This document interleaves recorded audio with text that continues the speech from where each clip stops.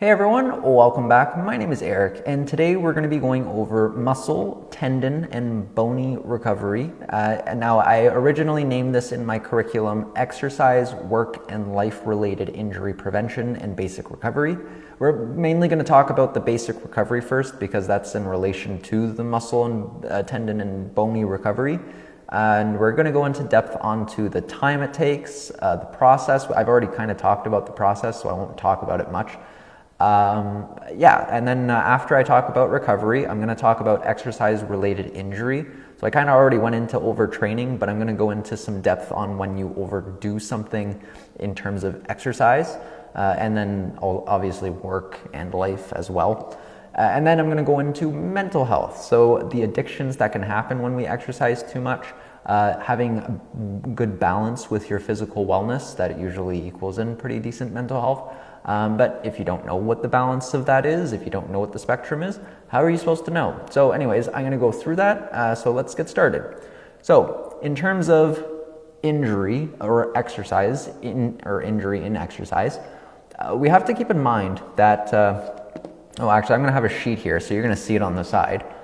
Okay, so exercise is something that we do to strengthen ourselves. But what we don't think about is when we exercise, what is happening? What is happening to our muscles? So in a way of thinking, when I say here, injury in exercise is mostly avoidable. The reason why I say mostly is because when we exercise, we are actually micro-injuring ourselves. And so when I say micro-injuring, I mean that the muscles tear. They actually do damage. And then after that damage, I've made actually a few videos on this, you need to rest in order for it to recover, to become stronger for next time. If you do not rest, you will not get stronger. Now, let's say you do exercise and you do a lot of it within a short period of time, and then you decide to take rest. That's not bad, but the more often you do that, I mean, you could hurt yourself. But it really depends on what you're doing, how often you're doing it, and the intensity of which you're doing it at. So, injury in exercise is mostly avoidable with precaution, safe practice, a warm-up, cool down, taking necessary breaks, and conditioning our body for the activities we're participating in, and as well as easing into intensities so that you don't hurt yourself or rush for the result. So when we get into an exercise routine, for the most part, we would like to condition ourselves for what we're aiming for. So if we just rush right into what we're aiming for and we're like, yeah, we're going to do so well, our ego is going to drive us right to the perfect result that we want. That's going to cause a bigger issue than success for yourself. So you do not want to do that, especially if you're brand new to exercise, you're about to lift a 225-pound bench press. That weight is going to drop on you and it's going to crush you. If you don't have any experience, you don't just rush into that kind of thing. That is going to be the thing that breaks you, literally. So you do not want to do that. You want to make sure that you ease into the intensity, but mainly, condition our bodies for the activities that we're participating in. So that is a big one. If we don't do that, then we're really going to hurt ourselves. But it's also how we condition ourselves as well. So if we condition ourselves one way and then decide, hey, we're going to do this other extreme way of, conditioning ourselves, sometimes there's a form of transferability there, but you also got to be careful about that too, because just because you're good at one thing doesn't mean you're going to be good at the other. As well as easing into it. So the most common kind of injury in the majority of the population is repetitive use injury. Now, the reason why I say that is because it's pretty well true. Whenever we work or do something in our field or profession, we're mainly doing something that is mostly one-directional. There are some people in certain professions where you're multi-directional and you're doing multiple things. Repetitive use injury really just means that you're doing something a lot in a specific direction And it could either be that you're not doing enough in the opposing direction, getting balance, or it might just be that you're just doing too much in general. Your muscles and tendons and even your bones might not be recovering properly, which just means that you're going to have an injury. You're going to overuse it. Over a long period of time, it could turn into arthritis. It could turn into something even worse and something that can be harder to recover from. So that's why this is something that I like to cover with people who do things in their daily living that is repetitive, especially when it's work related. It's just hard to work with someone who is in a work related overuse kind of situation, because then it becomes a can you talk to your employer situation? Can you see if you can get alternative duties?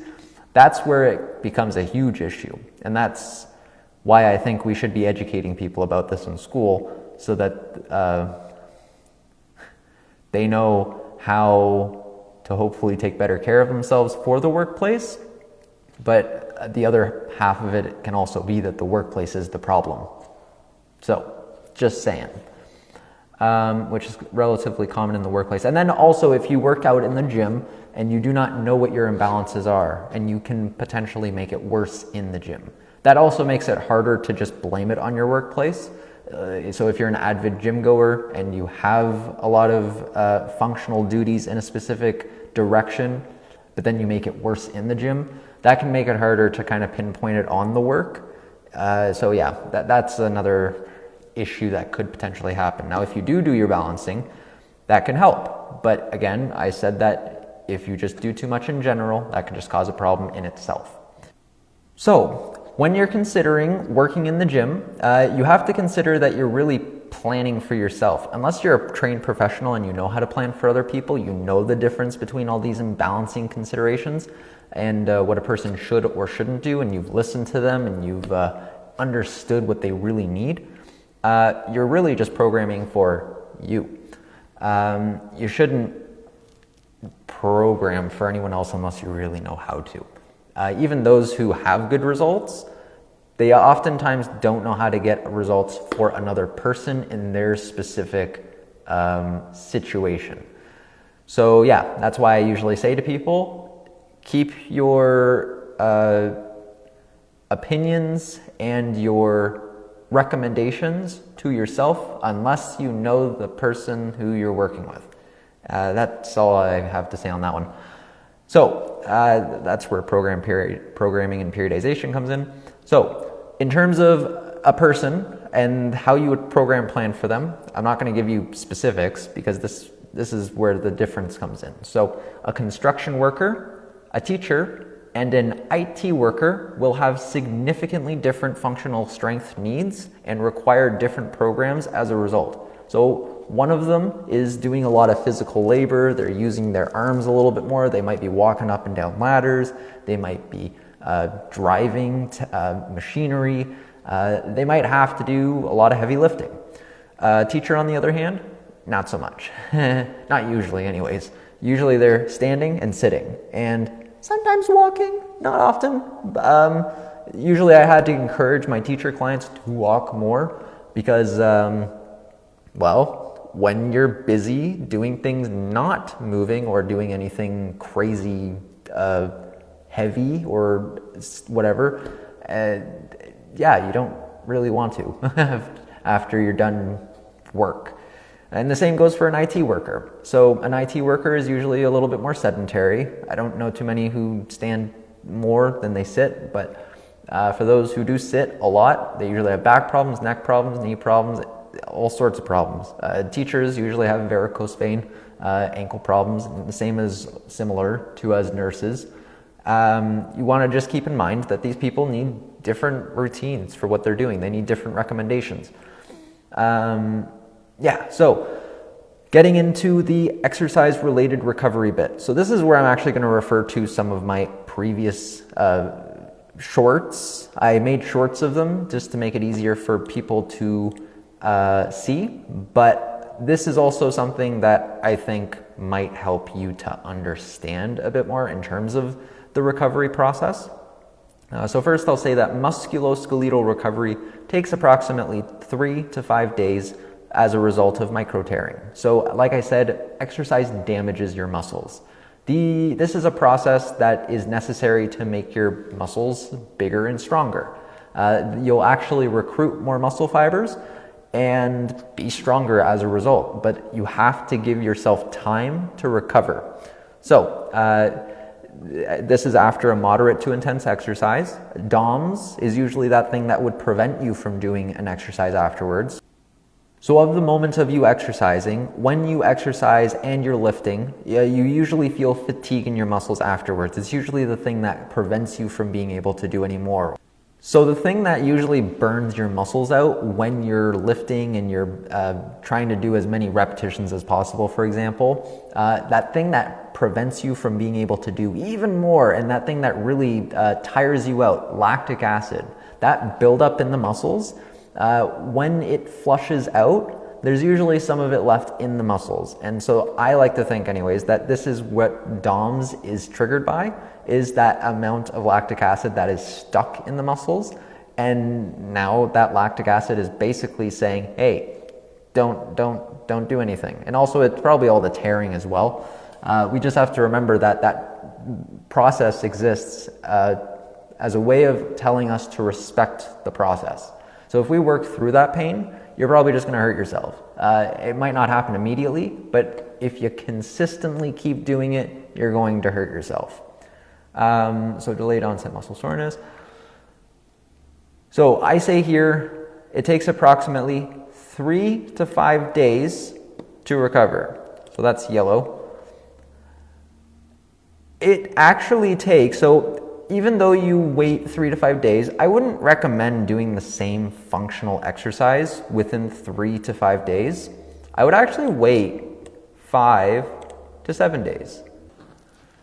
Muscle recovery happens after 3 to 5 days. However, if you do the same movement before 3 to 5 days, you could really hurt yourself, especially if you do it too often. That's why you should wait about 5 to 7 days.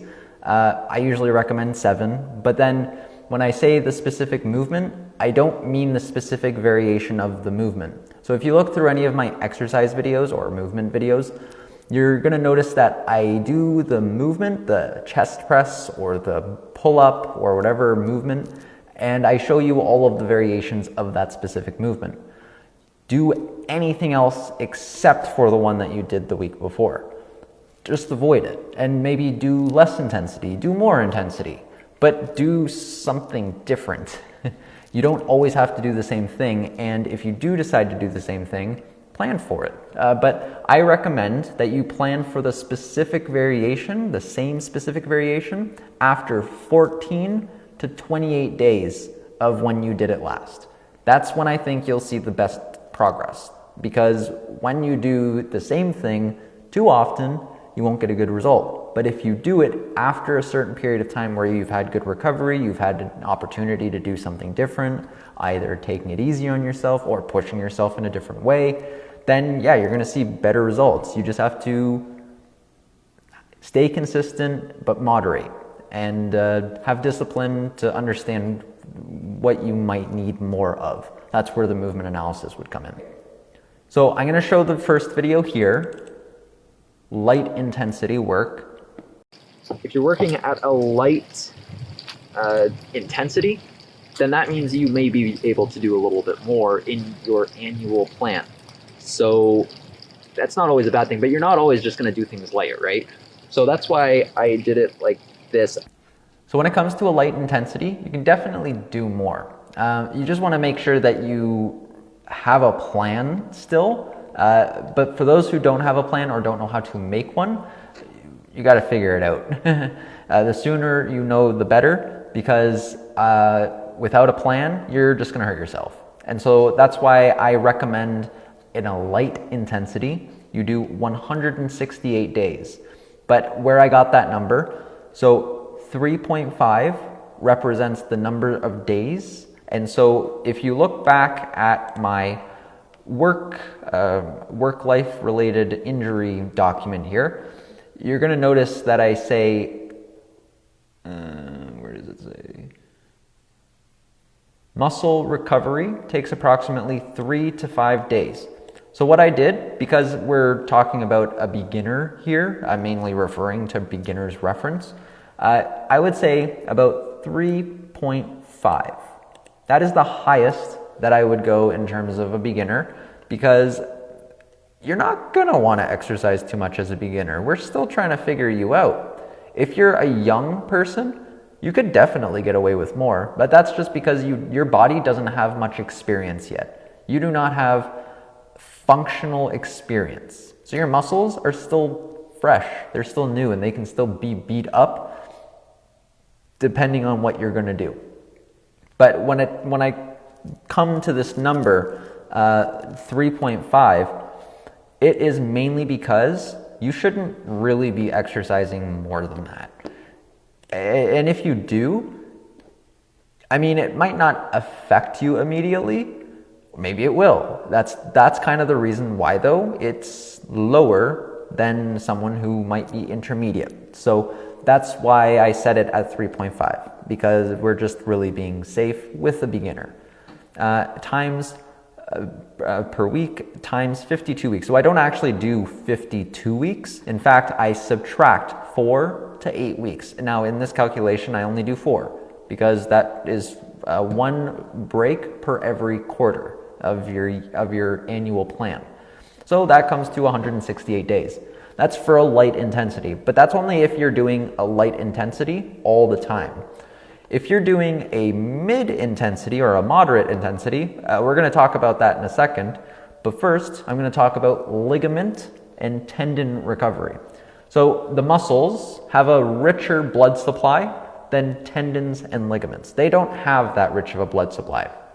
So that's why tendons and ligaments usually take a little bit longer to recover. This is actually where my main recommendation of doing the same exercise every week comes from, is because tendons take about 5 to 7 days to recover. Now, you can do a lot of different things in the middle of these recoveries. Heck, you can exercise 5 times a week. You can do the same functional movement within 5 days. But you just really need to focus on the plan. So what is your goal? How are you going to get there? And what do you need to do to get there? Now, like I said, you need to plan for rest. We're going to talk about that in a minute. So some days we may consider avoiding certain joint actions or not exercising at all, as we do not need too much of the same exercises too closely together. Especially when we talk about an isolated movement, they're smaller. They only really involve one major muscle group at a time. So if you do more of that single isolated movement, you're not going to get a better result. It's smaller. It's a smaller movement. So you should actually do it less than the compound movement, because the compound, which is 2 or more joint regions, that can take more stress, and that's going to involve more muscles. So that can in turn be done more times. An isolated movement, not so much. Same with the abs. You don't want to do too much abs. They're a small muscle group, and they do a lot already, just because they have to support you every day. So now that we've covered ligaments and tendons, I'm now going to go over moderate intensity work with you. So you can do a little bit more intensity, and then you'd need to do a little less work in the meantime. But if you mix your light intensity with your moderate intensity, that means you're going to have the best of both worlds. You're going to have a little bit more time in between. So around 2.5 times per week. That's how many times you'd be going into the gym. When I say 2.5, it's not like you're cutting your session in half to a 0.5, right? It's a guesstimate, a guesstimation. That number would be around 105 days. 105 days per year. So when you do a little bit more intensity, so you go more into the moderate or medium intensity for your workout, you can do a little bit more. You just have to keep in mind that you're probably not going to want to do as much as the light intensity, because you're going to need more recovery. You're pushing your muscles more. And you're also possibly going to want to take more weeks off, possibly. it's really up to you and what you are able to take. And I mean, it won't hurt you to take another week or two off if need be. Some people get really caught up in the workout, in the exercise, but I mean, the more intense your routine, the more intense your exercise, the more you could possibly do less of. So you could probably take time off. But then again, it's your body, right? I'm just saying this from my experience. Doing more did not equal in a better result for me. Doing less actually did. I saw the best results when I was injured, when I was forced into recovery and I couldn't do anything. I actually saw my muscles grow, and it was after I think my second injury where I actually saw muscles grow, but then I saw them go away. So that's when I started becoming more curious about rest, but I wasn't resting that much. In fact, I wasn't resting at all. I was basically doing the exact same thing that I was doing before. I was just paying more attention to my muscles in the recovery time, but then I'd just destroy them again. And that didn't work out. Doing more than what I needed was my problem. That's why I didn't grow as much as I wanted. And so that's the hint to you. Don't do too much. Obviously push yourself, obviously do the work, but moderate it. Do it in moderation, but consistently, and have discipline. So anyways, so that was about 105 days. And now we're gonna get into skeletal recovery. So when it comes to the skeleton, something that most people don't know is that blood is made in bones. So most people wouldn't know this, but your bones actually recover really quickly. And they're, I guess you could say, the faster healing thing in your body. Obviously there's muscles, they have a rich blood supply, but bones recover pretty quick. I don't think it's quicker than muscle, but I do know that it's the second quickest, from tendons anyways. Tendons do not recover that quick because they're not that rich in blood or in a blood supply. So yeah, when your bones micro crack, because they do actually micro crack under the pressure of the work that you're doing, they recover pretty quickly. But after a period of time, your micro cracks kind of build up. It's same with tendons, same with muscles. The muscles, on the other hand, are just going to recover quicker because they're doing the bigger part of the movement. The bones, they still have to recover. So after that 5 to 15 week period of you pushing yourself, of exercising really hard, you're going to want to take time off to get break, to recover. So, and then I say here, if your routine is less intense and frequent, you could extend your program further, but with more intensity and effort, you might want to decrease the span of the program. Okay, and then I say here, after completing a program, you should consider taking a week of rest to ensure your body and mind completely recover, and in turn become stronger. Because, I mean, the whole point of this is for you to get stronger, right? It'd be pretty dumb if you didn't.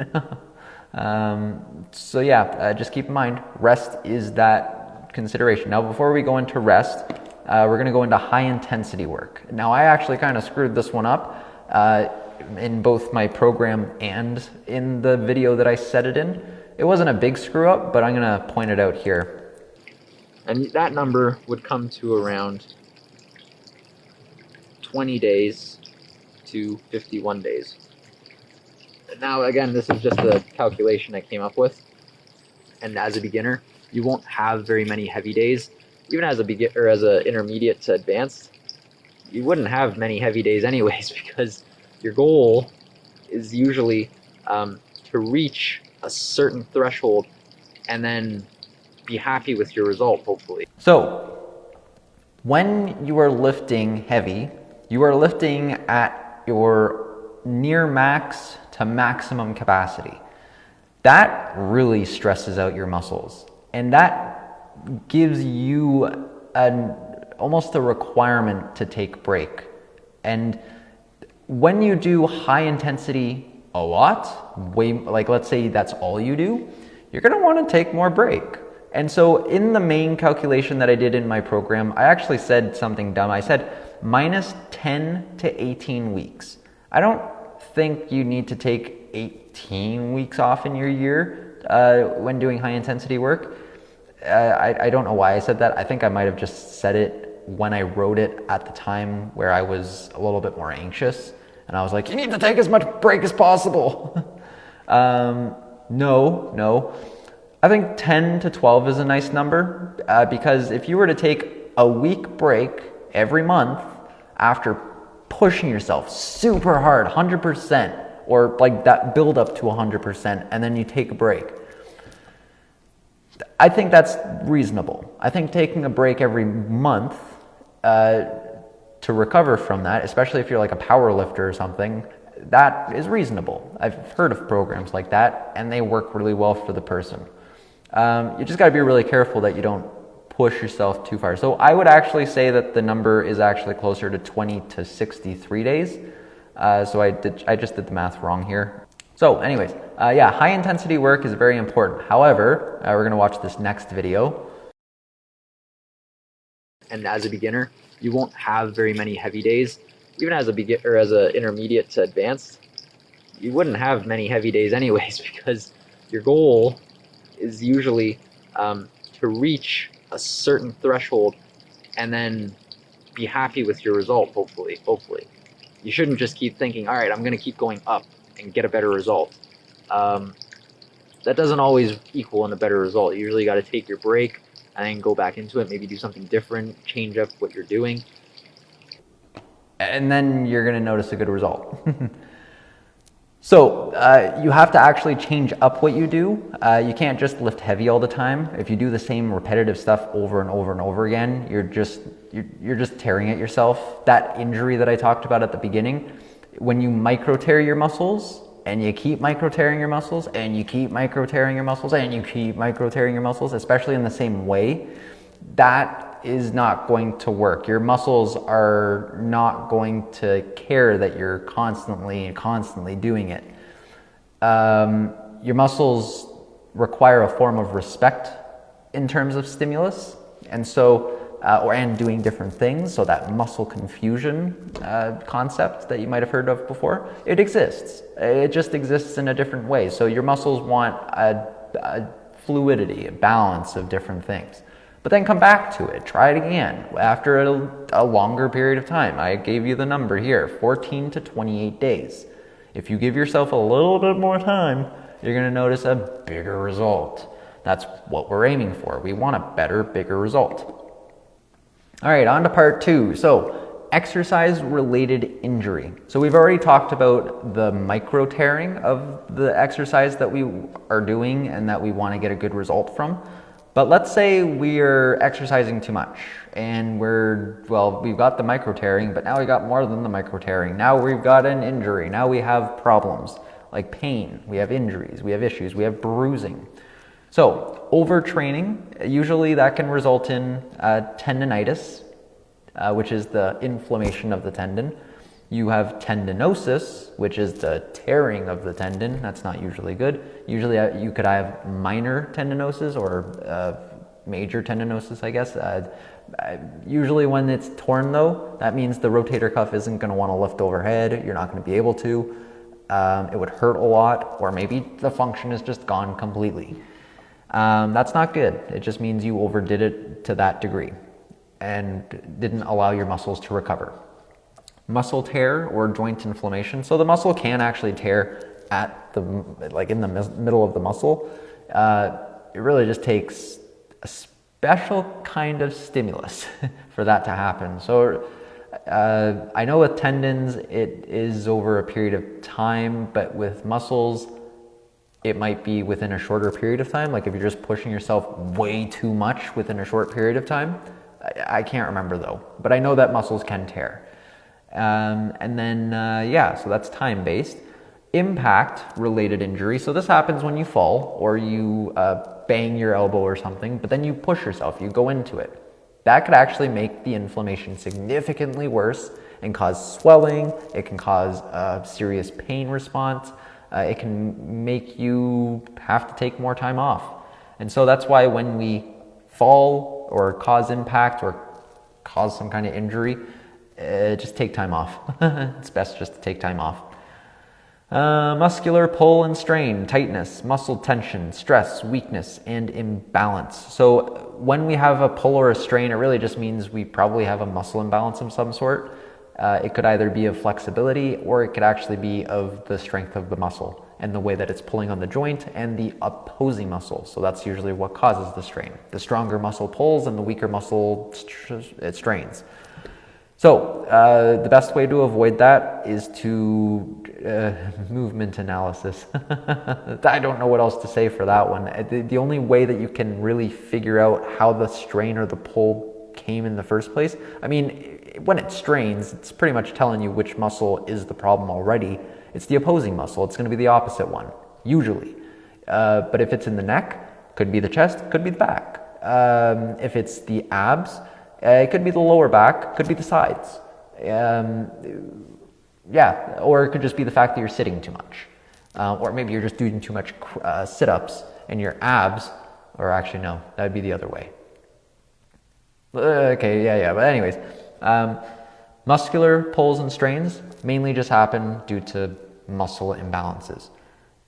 So a bony fracture, that can happen due to multiple reasons. So you impact, fall, break, or you go into an exercise unconditioned improperly and you get pulled down by the weight and it breaks you. Or you do too much exercise and you don't give your body that respect, and then you break bones that way. So there are so many different ways that you can break bones, but like if you just respect yourself and I'm not a gymnast, so I don't do crazy things, but yeah, just avoid crazy things and you'll be better off. I avoid the crazy things because I like to take care of my body. Anyways, overstretching, so stretching too much, unstable plus hypermobile joints, muscle imbalance. So that creates a different kind of muscle imbalance. When you have a muscle strain or pull, it could actually be a mix of both. It could be a mix of the muscle strength and the flexibility, mobility. But with overstretch, this type of muscle imbalance is different because it makes all of your muscles, or the specific muscle that you stretch, too loose or too lengthened. And so when it is too lengthened, it has a hard time strengthening again. It has a hard time pulling back. So that's why an overstretched muscle can be a problem. It can cause a lot of different problems in the future or in the moment. Arthritis, joint cushion cartilage wear over time. So usually, in my experience of working with people with arthritis, it was a lot of the repetitive use injury. So doing way too much in a specific direction in their daily living and not having enough of the reverses. And then I've had one case that was so bad that it was in all of her joints, every single joint in her body. And it was all because of her work, all because of her work. And it was over a period of time and it just got worse. I don't know how she is today, but I hope she's very well. I hope she's doing better. I honestly hope she sold off her business because that was the thing causing her the most amount of problems.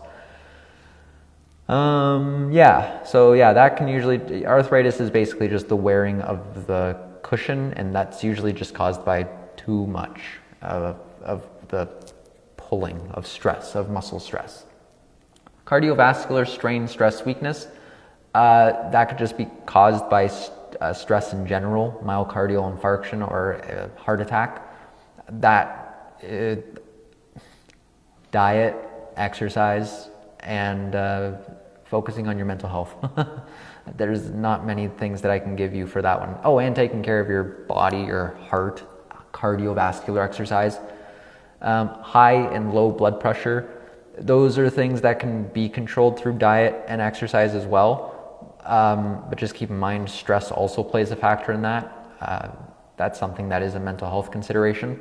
And then bone dislocation. So that is actually a few things. So that could just happen due to force, blunt trauma. That can happen due to a muscle imbalance. So you could jump and then dislocate your bone if you have a weird muscle balance. Hypermobile, too tight in specific areas. Yeah, so those are all sorts of different exercise-related injuries. These are things that can just happen from doing too much, not enough, but mainly doing too much. That's what this mainly covers. Injury avoidance. So when we talk about avoiding an injury, I mainly hear in the gym, when I was working in the gym, no pain, no gain. I mean, yeah, okay, but that's not always true. You can actually you can still gain muscle without DOMs. Not everyone gets it to the degree of a newer person, or as they're progressing, they might not feel it as much. I actually do think, though, there is a bit of a correlation between DOMs and the gains. So yeah, that's what I like to think.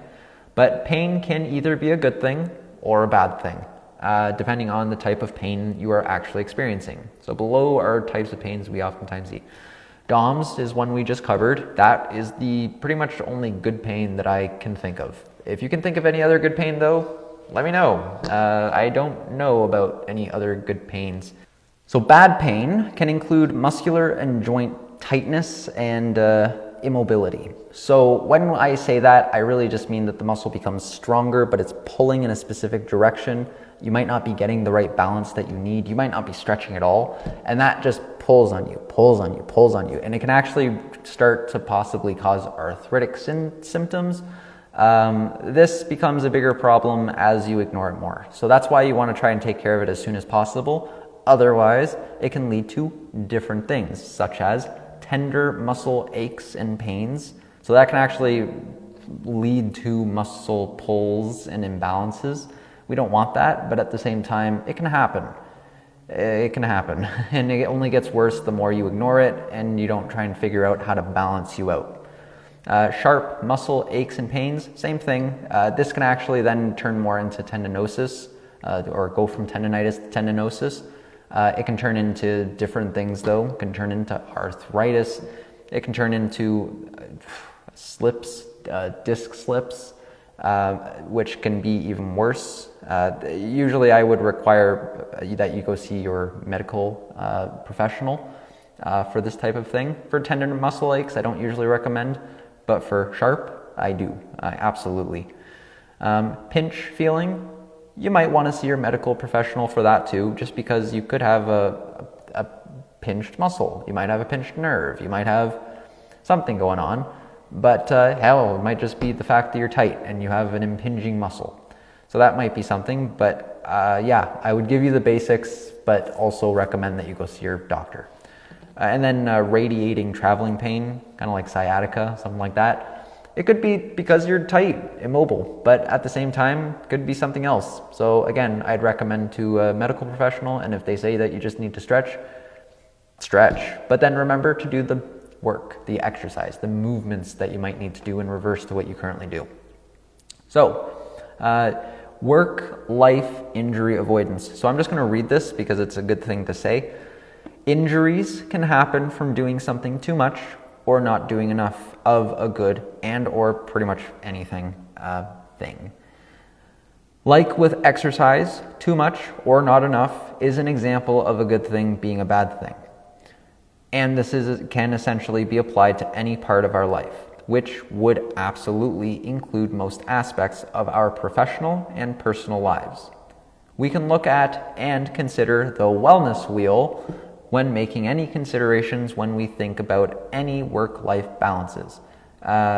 Work-related wellness was just recently added into the wellness wheel. We are only now better understanding the importance of a healthy work-life balance. So when I say that occupation was just added to the wellness wheel, it was added to the wellness wheel that we focused on in our schooling. It existed in another wellness wheel, but it also lacked, I think it was financial wellness. So either way, one was lacking one was lacking the other. So now we have the 8-dimension wellness wheel that has both financial and occupational on the same one, which is good because that makes a lot of sense to have them both on the same one. We don't have it yet though. So like the main reason why I'm releasing this for free is because a lot of people hurt themselves every day and they don't know how to do the work that they need to take care of themselves. And a lot of people need them to tell them, hey, you're doing too much. You shouldn't be doing too much in relation to your work, for example, or maybe you need to do less of what you do in your work and more of the opposing. So anyways, that's not something we focus on, but it's also like we don't teach kids how to take care of their bodies in school, so we're learning something new every millennia. Anyways, basic injury recovery for exercise and work life. So you'll commonly hear RICE, which is rest, which is the main thing that I recommend, ice, compression, elevation. But then there's also something that I add, which is important, so RICE is specific rehabilitation programming. So yes, you can rest, yes, you can ice, yes, you can compress, and yes, you can elevate. Those will help with the feeling, but with the specific issue that you might be going through, you're going to need something in terms of a rehabilitation training program to make sure that it doesn't happen again. Why did it happen? How did it happen? When did it start happening? Where did it start happening? Ask yourself all of those questions, because when you understand the root of the problem more, then you'll have a better time with fixing it and figuring it out so that it doesn't happen in the future. This is probably one of the biggest things that I can ever say to you, is that once you figure out what the problem is, then you could possibly better avoid it in the future. But you might forget. You might forget, and then it might happen again. So that's why I say the movement analysis is one of the better things that you can do to see, because it really is a lot of different things that could happen in order, or not in order, for that injury to not, or to happen. So it could be some clicking, cramping, popping sounds that are happening as you're doing the movement, but you might just shrug it off and say, it's not that big a deal. But that could actually be the thing that is leading up into a bigger problem. You shouldn't feel that. You shouldn't feel any issues. It should be a nice, smooth movement. It should just be fatigue. You should just feel the muscle working and feel good about it. But if you feel cracking, crackling, popping, pain, cramping, think before and after the exercise. If you feel it after the exercise, especially like cramping or something, you're probably doing too much. Cramping is a sign of overtraining. We're just not taught that. So now we're into the third part. The third part is going to be mental health. So I go into that not too in depth, mainly because I'm not a mental health expert, but I've been addicted before to many things, and exercise was one of the big ones. So I'm going to read this because this is important, I like to think anyways. Exercise allows us to improve our mental health. However, exercise can, like anything else, become addicting, especially when seeing visible and impressive results. Often we want more. So when I first started exercising, I saw some pretty decent results. They weren't the best though, and I noticed that there was a huge plateau at the very beginning. In fact, I hurt myself. I had shoulder pain. I felt it when I was doing the bench press. What did I keep doing? You guessed it, the bench press, up until I couldn't do it anymore. And so then I was forced into rest. I just didn't see the progress or the gains until my third injury, when I was like, I need to keep pushing myself. You really can't push yourself through an injury because the injury is there for a reason. That tearing that I had in that movement, in that exercise, it was over-torn. And my body was just saying, hey, Eric, fuck off, respect me more. So I didn't listen, and so I got the consequence. But thankfully, my consequence was recoverable. I was able to get better without hurting myself further. Okay. Or maybe we aren't seeing the results that the person online promised. Sometimes we look towards external methods, like drugs, for example. Obsession can create an unhealthy attachment to what is usually considered to be a healthy activity. Discipline develops with experience and knowledge. That is a huge point to consider. To help you with this physiological change and strengthening, give your body time after an exercise, so around 4 to 5 days. and you will notice that you look bigger after this time frame. Self-respect will lead to success. So if you look in a mirror before, even during, or just after, you're gonna look bigger in that during, but then a day after, you're gonna look at yourself. Hell, you could even take a picture before the exercise and a day after the exercise. You're gonna look smaller than before you did the exercise. That's immediately after having done the exercise, or the day after doing the exercise. It's not gonna be until after 4 to 5 days where you're actually gonna look about the same as to what you looked like before. It's gonna take about 7 days to look bigger. So that's why you need to consider that this rest that I keep talking about might actually do you some good.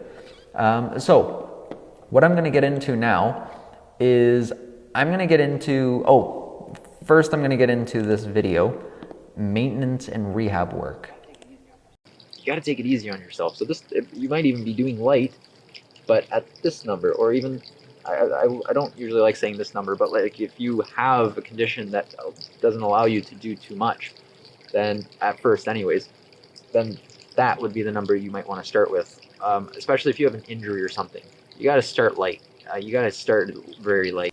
Okay, so when you are in a maintenance and rehab phase, it just really means that you're doing less. You might need to do that because you injured yourself and you need to figure out what you can do, what you shouldn't do, or you're just maintaining. So you're gonna do a little bit less than what you would usually do. You'd probably do like 1 or 2 times a week. Do less, do light, and and then you would get back into it afterwards. But yeah, this is supposed to be a light period. I already talked a bit about doing too much, but when it comes to physical wellness, there is a balance to it. And the reason why I went through all the videos in the order that I went through, and some of them are longer and draggier, but I did cut them into shorts to make them easier to watch. So far, the only thing that I haven't gone over was periodization and program planning. That's the number one consideration that I have here. I'll have this here so that you can see it. This number 2 is the second most important in my opinion, is rest. That's something that I've covered a lot. I might even show you some videos here of when I said it. But rest is super important because it's the best time for your muscles to grow, to become stronger, and to prepare you for the next time that you do the exercise. And then number 3, gaining proper water intake. Water is important. You need water. It's more important than food. You do need food though, because you need to get strong. You need proper nutrients to stay healthy, to take care of yourself. But water is important to give you hydration. You're 60 to 70% water, so it's very important. Gaining and maintaining proper mobility, flexibility. So without that, you would be stiff, you'd be rigid, and you wouldn't have the ability to reach, to do stuff that would otherwise make you less functional in a way. Gaining healthy nutritional diet. So yeah, you need food. You need to eat healthy too. If you don't eat healthy, essentially you are what you eat. And then healthy strength and muscle per individual's basic needs and advancement desires. So you need to have strength. You need to have some kind of ability in your muscles in order to be functionally well. Without it, you're not going to be functionally well. You need to have ability. You need to have strength. But without it, that's what then takes away from your ability to have good functional wellness or good physical health or wellness. Maintenance of ADLs in everyday life. So if you're not doing activities of daily living in your everyday living and you're a couch potato, you're going to get weak, you're going to get lazy, lack motivation, depressed. You do want to make sure you're doing your activities of daily living, like going for walks every so often, taking care of yourself. And then mental health. So I went through this in pretty decent detail. I created this spectrum or this wheel, physical wellness wheel, because I wanted to try to represent physical wellness in a more advanced way. And so that's what my beginner's guide is. That is this physical wellness paradigm. And so, mental health. So addictions and obsessions account for the majority of overtraining and underconditioned type injuries in the gym. Most people don't know when to stop and rest. It's an easy mistake to make, but it's one due to lack of discipline or knowledge. Repetitive stress behavior occurs due to misinformed intent, which inevitably leads the subject to see minimal results, obviously depending on each person. Injury takes time to recur, and it takes more time to recover. So if you're just exercising and doing what you need, then you're going to notice that you can recover more easily. But to those who do too much and do not know when to stop or do not know what they should be doing based on what they want, they're going to have the hardest times recovering, and they're going to see the less decent result.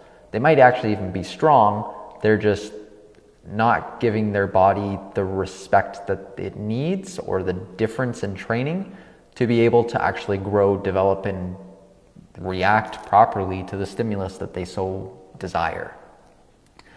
Exercise is stressful, and injury can lead to increased rates of depression, anxiety, fear, and a general misunderstanding of what must be done to avoid specific injuries, and potentially make existing issues worse. So like if you have an existing injury and you decide, hey, let's go into the gym and let's exercise, you could make it worse. If you don't know how to take care of your injury, if you don't know what you've got, if you don't know what you're working with, then that's where a professional might come in. Maybe one day we'll all be taught how to take care of our bodies, but that's not going to happen anytime soon. Anyways, that's where the sentiment comes in. That's why I'm making these videos, because hopefully one day they'll help. Lack of knowledge and specific education is a lack of general wellness, so I just said that, which can cause lack of general functional awareness and understanding of balance. Having mental health and physical conditions, ailments, might delay the ability to progress and learn, but it is up to the trainer to be flexible. It is also based on the individual. So the trainer, if you were to work with a trainer, usually gets to know you. Not every trainer is made the same, and every certification out there is completely different, or minorly different. I don't know how they are now, but there were quite a few when I was training, and let's just say they could be better. I just think that whole industry just needs to go away, and let's teach this to kids in school. Let's stop making cash from people's misinformed. Let's stop profiting off of people's lack of understanding of physical wellness, because honestly, that's all this is. This is one of the main industries that profits off of people's lack of understanding of how injuries happen, of how exercise works. Like if everybody knew that exercise damaged their muscles and it hurt their body as opposed to make it better, they'd definitely do less going in at first. But when you see the results and when you get stronger, that allows you to do more. So you're able to tolerate more stress. That's literally the whole point of exercise, is to be able to tolerate more stress. We want to be able to do that, but I mean, you need to learn how it works first. Okay, so that is this video. So we've gone over recovery, we've gone over injury, so what can happen if we don't give our bodies enough recovery, because recovery is really on a spectrum. So you could either not do enough or anything at all, where you're not going to have any injury or any micro tearing. You could have just enough micro tearing, where you're having that awesome balance, you're going to recover and you're going to get stronger, so you're going to have the stimulus, you're going to recruit new muscle fibers. Or you can do too much. So if you do too much, you're going to have muscle tearing or tendon tearing. You're going to have pain and aches, things that are caused because you're not giving your body enough break. And you possibly even have imbalances. So we went over that. We also went over mental health, why it's important to understand that you shouldn't become addicted to these things, how you should try to have a healthier connection, and how there's a balance. I went over the full physical wellness spectrum in my beginner's guide videos. And so if you want to take a look at any of those videos, they're on my YouTube channel. They can be a bit tedious and a bit boring, but I mean, if you're still trying to figure out yourself and how to take care of your own physical wellness, they're pretty good resources to go to, because I covered everything. I covered literally everything from my program, from my curriculum. So if you have any questions, concerns, or feedback about today's topic, muscle recovery, then go ahead and leave it in the comments. But otherwise, if you'd like to hear more or stay up to date with my videos, go ahead and subscribe, or just go ahead and like the video. And yeah, anyways, I'll see you in the next video. Take care now. Bye-bye.